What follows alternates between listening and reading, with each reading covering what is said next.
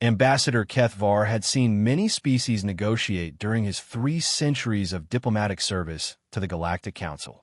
He'd witnessed the cold calculation of the Arctonian Trade Consortium, the ritualistic honor-bound discussions of the warrior clans of Proxima, and the endless bureaucratic procedures of the administrative hive minds. But he'd never seen anything quite like the human sitting across from him now. Captain Maria Rodriguez had arrived at the neutral station 12 hours after the attack on Earth's outer colonies.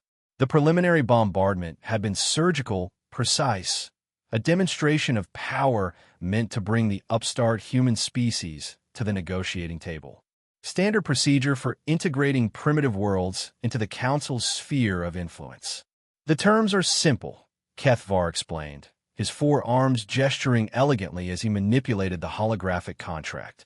Your species submits to Council authority, provides 20% of your system's resources as tribute, and accepts our guidance in technological development. In exchange, we offer protection and access to galactic markets.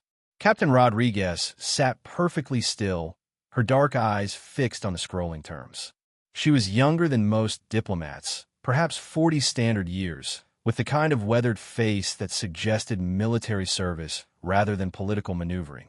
When she finally spoke, her voice was quiet. You attacked New Vancouver. A demonstration of, You attacked New Vancouver, she repeated, slightly louder. 37,000 colonists. Families.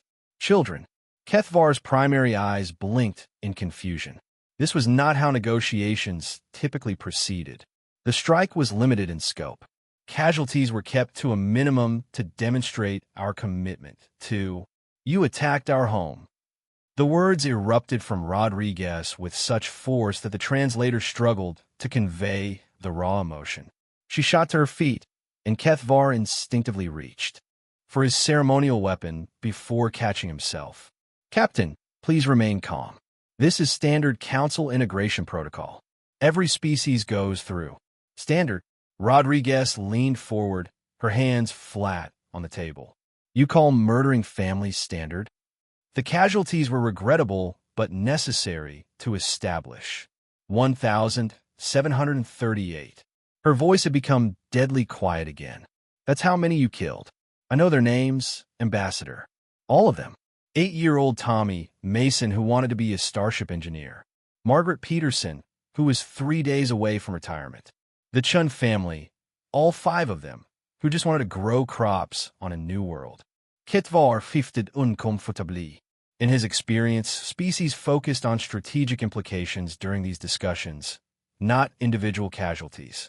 Captain, war requires sacrifice. Your leaders understand this, which is why they sent you to. My leaders didn't send me to negotiate. Rodriguez's smile was sharp and cold. They sent me to deliver a message. She activated her wrist communicator, and the station's main viewing screen flickered to life. The image showed deep space, seemingly empty except for distant stars. Then, one by one, massive human warships dropped their stealth systems and became visible. Dozens of them, bristling with weapons that Kethvar scanners couldn't identify. You wanted to demonstrate power, Rodriguez said, her eyes never leaving the ambassador's face. Here's ours. More ships appeared on the display. Then more.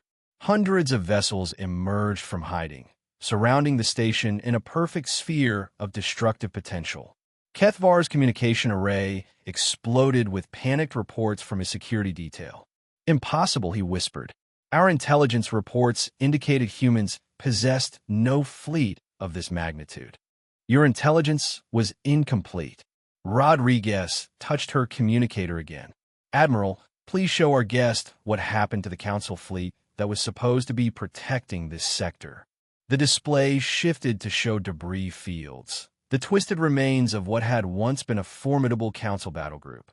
The ambassador's secondary hearts began racing as he recognized the distinctive hull patterns of ships that had been considered invincible.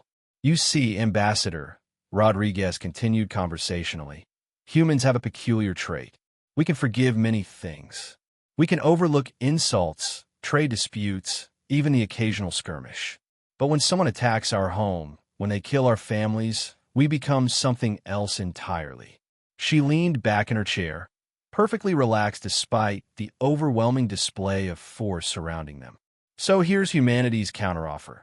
The Council will withdraw from all human systems, provide full reparations for the lives lost at New Vancouver, and formally apologize for this unprovoked act of war. In exchange, we won't reduce your capital worlds to radioactive ash. Kethvar stared at the human captain, finally understanding why his species had conquered half the galaxy despite their relatively primitive technology. They didn't just fight for territory or resources. They fought for each other.